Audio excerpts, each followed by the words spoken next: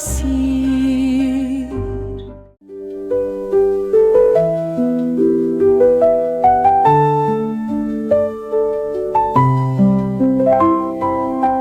ஆண்டின் பொதுக்காலம் 15ஆம் வாரம் புதன்கிழமை.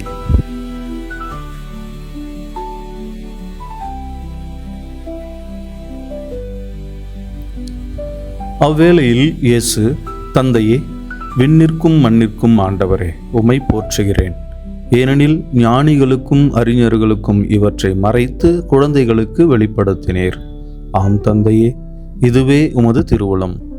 என் தந்தை எல்லாவற்றையும் என்னிடத்தில் ஒப்படைத்திருக்கின்றார். தந்தையை தவிர வேறு எவரும் மகனை அறியார்.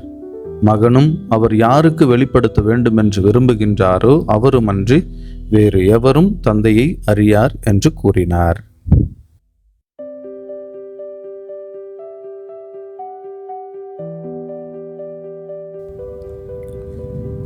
இறை ஆசிரை நிறைவாக பெற்ற கிறிஸ்துவில் எனது அருமை அருளாசிர் ஊடக நண்பர்களே, போக்குவரத்து வசதி அதிகம் இல்லாத காலகட்டத்தில் நடந்ததாக சொல்லப்படும் நிகழ்வு இது.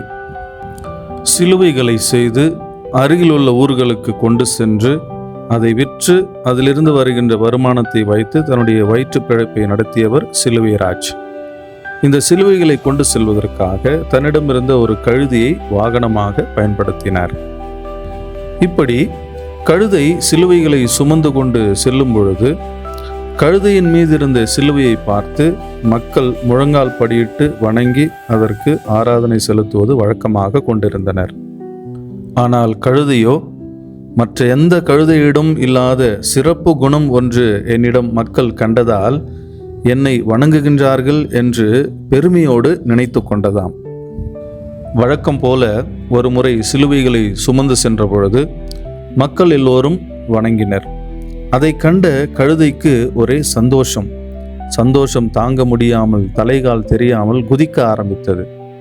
அதன் காரணமாக அதன் மீது இருந்த சிலுவைகள் எல்லாம் கீழே விழ ஆரம்பித்தன. அருகில் இருந்த ஆத்திரமடைந்த மக்கள் கம்புகளை எடுத்து கழுதையை நைய புடைத்தார்களாம். கழுதையும் தலை தெறிக்க அங்கிருந்து ஓடி போனதாம். இந்த கழுதையைப் போலத்தான் அசிரிய நாட்டு மக்கள். அந்த நாட்டு மக்களுக்கு இறைவன் ஆற்றலையும் வல்லமையையும் கொடுத்திருந்தார். காரணம், தவறு செய்கின்ற நாடுகளை தண்டிக்கவும் திருத்தவும் அசிரிய நாட்டை தன்னுடைய கைத்தடியாக பயன்படுத்தினார் இறைவன்.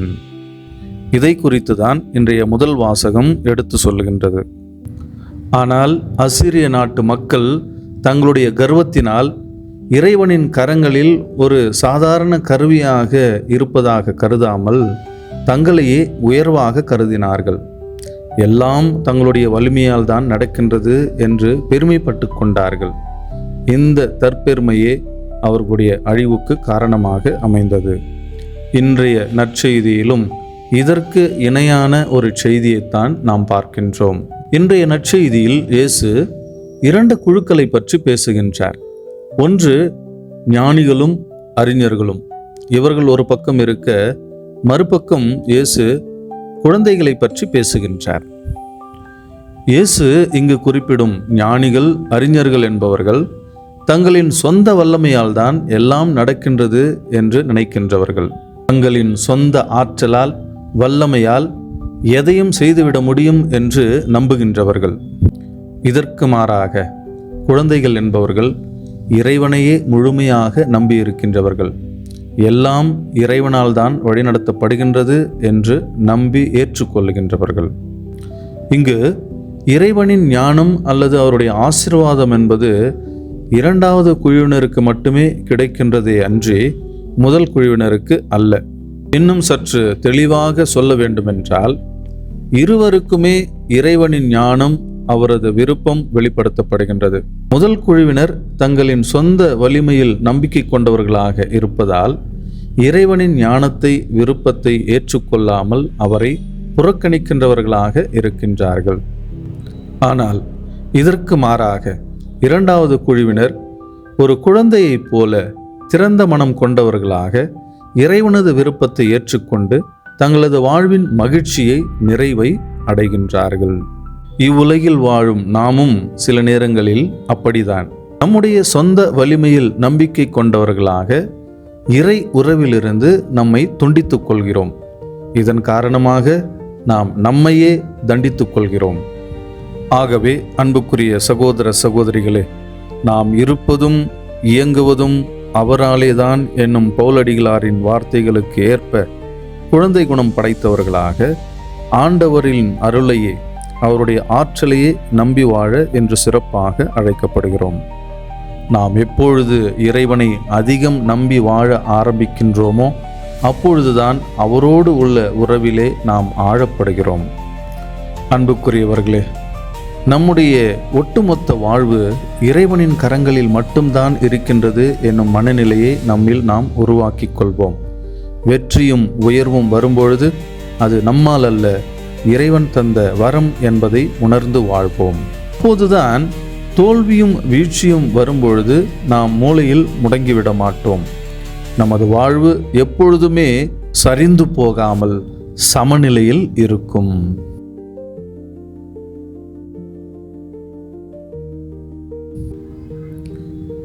எங்களுடைய ஆற்றலும் வலிமையுமான ஆண்டவரே, எம்மை நீர் சாதாரணமாக படைக்கவில்லை.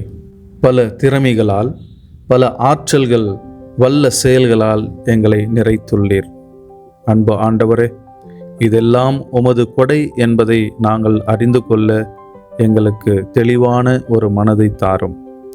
எங்களுக்கு கொடுக்கப்பட்ட இந்த கொடைகளிலே நாங்கள் கர்வம் கொள்ளாமல் தாழ்ச்சி நிறைந்த எளிமையான உள்ளத்தோடு இவற்றை ஏற்றுக்கொண்டு உம்முடைய திருவுளத்தை, உம்முடைய விருப்பத்தை நிறைவேற்றுவதற்காக இவற்றை பயன்படுத்த தேவையான அருள் வரங்களை எங்களுக்கு நிறைவாக தாரும். உமது கரங்களில் எங்களுடைய வாழ்வு என்பது எப்பொழுதும் பாதுகாப்பாக பராமரிக்கப்பட்டு வழிநடத்தப்படுகிறது என்பதை உணர்ந்து வாழ அருள் தாரும். எங்களுக்கு வாழ்க்கை என்னும் கொடையை கொடுத்து ஒவ்வொரு நாளும் ஆசீர்வதித்து வழிநடத்தும் இறைவா, இன்று சிறப்பாக தன்னுடைய பிறந்த நாளை கொண்டாடி மகிழ்கின்ற எங்களுடைய அன்பு சகோதரி கிளாரா கலைச்செல்வி என்பவரை நிறைவாக ஆசிர்வதியும். உம்மிடமிருந்து அவர் பெற்றுக்கொண்ட இந்த வாழ்க்கையை ஒவ்வொரு நாளும் சந்தோஷத்தோடும் மகிழ்ச்சியோடும் ஒரு நிறைவோடும் சமாதானத்தோடும் வாழ அருள் தாரும். வளமையான எதிர்காலத்தை நோக்கி, வாழ்வின் உச்சத்தை நோக்கி ஒவ்வொரு நாளும் அவரை வழிநடத்தி செல்லும். அன்பு ஆண்டவரே, மிகவும் சிறப்பாக அவருடைய உடல் உள்ள சுகத்திற்காக நாங்கள் ஜெபிக்கிறோம். அவருடைய உடலிலே இருக்கின்ற எல்லா குறைகளையும் நீக்கி, சோதனைகளையும் வேதனைகளையும் நீக்கி நலமான, சுகமான, சந்தோஷமான ஒரு வாழ்க்கையை தந்து தொடர்ந்து வழிநடத்தும். ஒரு சிறந்த குடும்ப தலைவியாக இருந்து அந்த குடும்பத்தை உமது விருப்பத்தின்படி, உமது திட்டத்தின்படி வழிநடத்த வேண்டிய அனைத்து ஆசீர்வாதங்களையும் அவருக்கு தாரும். அவர் தன்னுடைய பொறுப்புகளிலிருந்து செயல்படுகின்ற, எடுக்கின்ற ஒவ்வொரு தீர்மானத்திலும் திட்டத்திலும் அவரோடு உடனிருந்து அதிலே அவருக்கு வெற்றியை தாரும்.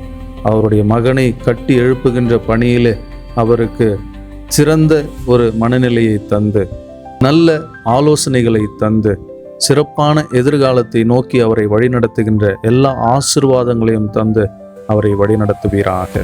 இதோ அவருடைய பிறந்த நாளாகிய இன்றைய நாளிலே அவர் மீது உமது ஆசீரையும் அருளையும் தூய ஆவியானவருடைய அபிஷேகத்தையும் அவருடைய கனிகளையும் கொடைகளையும் நிறைவாக பொழிந்து சிறப்பாக வழிநடத்துவீராக. அன்பு ஆண்டவரே, இதோ இந்த ஊடக செய்தியோடு இணைந்து ஜெபித்து கொண்டிருக்கின்ற ஒவ்வொரு தனி நபரையும், அவருடைய குடும்பங்களையும், அவருடைய கருத்துக்களையும், எண்ணங்களையும், ஏக்கங்களையும், கனவுகளையும் நிறைவேற்றி ஆசீர்வதித்து வழிநடத்துவீராக. எல்லாம் வல்ல இறைவன், தந்தை, மகன், தூய ஆவியாரின் பெயராலே ஆமென். Praise the Lord. இயேசுவுக்கே புகழ், இயேசுவுக்கே நன்றி. மரியே வாழ்க.